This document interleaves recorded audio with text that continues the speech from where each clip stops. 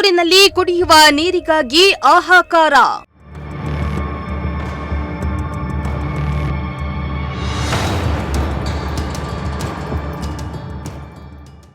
ಪ್ರತಿಭಟನೆ ನಡೆಸುವುದಾಗಿ ಜನರಿಂದ ಖಡಕ್ ಎಚ್ಚರಿಕೆ.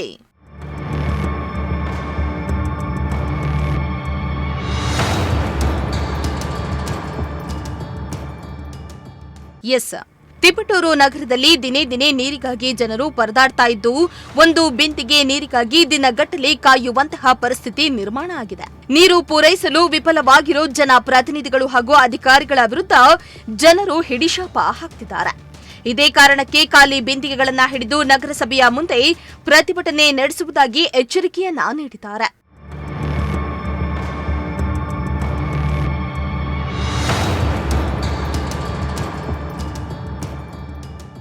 ಇನ್ನು ನಗರದ ಗಾಂಧಿನಗರ, ರಂಗಾಪುರ ರಸ್ತೆ ಹಾಗೂ ಲಕ್ಷ್ಮೀ ಟಾಕೀಸ್ ಪಕ್ಕದ ಪ್ರದೇಶಗಳಲ್ಲಿ ನೀರಿಗಾಗಿ ಹಾಹಾಕಾರ ಶುರುವಾಗಿದೆ. ನಗರಸಭೆಯಿಂದ ವಾರಕ್ಕೊಮ್ಮೆ ನೀರು ಬಿಡ್ತಾ ಇದ್ದು, ನೀರು ಹಿಡಿಯಲು ಜನರು ಬಿಂದಿಗೆಗಳನ್ನು ಹಿಡಿದುಕೊಂಡು ಜಗಳ ಆಡುವ ಪರಿಸ್ಥಿತಿ ನಿರ್ಮಾಣ ಆಗಿದೆ.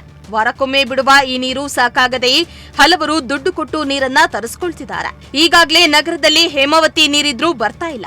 ಇದರಿಂದ ಬಡವರು, ವಯಸ್ಸಾದವರು ಹೊರಗಡೆಯಿಂದ ನೀರು ತರಲು ಸಾಧ್ಯವಾಗ್ತಾ ಇಲ್ಲ, ಬಟ್ಟೆಗಳನ್ನ ತೊಳೆಯಲು ಸಾಧ್ಯವಾಗ್ತಾ ಇಲ್ಲ ಎಂದು ಕಿಡಿಕಾರಿದ್ದಾರೆ.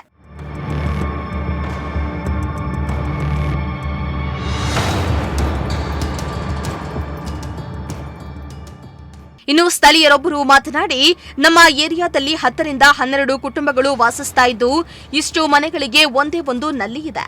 ಹೀಗಾಗಿ ವಾರಕ್ಕೊಮ್ಮೆ ಬಿಡೋ ನೀರಿನಿಂದ ನಮಗೆ ಕಷ್ಟವಾಗ್ತಾ ಇದೆ. ನಮಗೆ ವಯಸ್ಸಾಗಿದ್ದು ಹೊರಗಡೆಯಿಂದ ನೀರು ತರಲು ಸಾಧ್ಯವಾಗ್ತಾ ಇಲ್ಲ.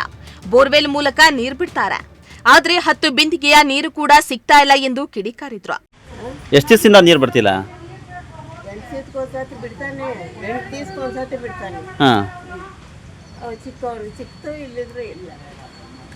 ಮತ್ತೆ ಬೇರೆದಕ್ಕೆಲ್ಲ ವ್ಯವಸ್ಥೆ, ನೀರಿಗೆ ಬೇರೆ ವ್ಯವಸ್ಥೆ ಏನು ಮಾಡ್ಕೊಂಡಿದ್ದೀರಾ?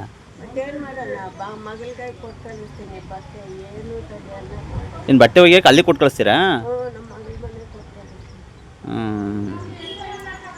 ಈ ಸದ್ಯಕ್ಕೆ ನೀವು ಕುಡಿಯೋಕ್ಕಷ್ಟೇ, ಸದ್ಯಕ್ಕೆ ಇನ್ನೇನು ಇಲ್ಲ. ಉಪ್ಪು ನೀರು ಬಳಸೋಕ್ಕಷ್ಟೇ. ಅದು ಹಿಂಗೆ ಬರ್ತೈತೆ.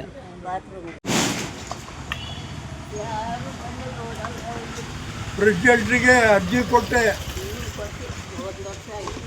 4-5 ತಿಂಗಳಾಯಿತು. ಪ್ರೆಸಿಡೆಂಟ್ರಿಗೆ ಇವ್ರು ಹೋಗಿ ಇವರಿದ್ದು 4 ತಿಂಗಳು ಮುಂಚೆನೇ ಕೊಟ್ಟಿದ್ದು. ಇನ್ನು ಈ ಕೂಡಲೇ ಸಂಬಂಧಪಟ್ಟ ಅಧಿಕಾರಿಗಳು ಎಚ್ಚೆತ್ತುಕೊಂಡು ಈ ಸಮಸ್ಯೆಯ ಬಗ್ಗೆ ಗಮನ ಹರಿಸಿ ಶಾಶ್ವತ ನೀರಿನ ವ್ಯವಸ್ಥೆಯನ್ನ ಕಲ್ಪಿಸಿಕೊಡಬೇಕು. ಇಲ್ಲವಾದಲ್ಲಿ ನಗರಸಭೆ ಮುಂದೆ ಬಿಂದಿಗೆ ಹಿಡಿದು ಪ್ರತಿಭಟನೆ ಮಾಡ್ತೇವೆ ಎಂದು ಸಾರ್ವಜನಿಕರು ನಗರಸಭೆಗೆ ಎಚ್ಚರಿಕೆಯನ್ನ ನೀಡಿದ್ದಾರೆ. ಕಿರಣ್, ಪ್ರಜಾಶಕ್ತಿ ಟಿವಿ, ತಿಪಟೂರು.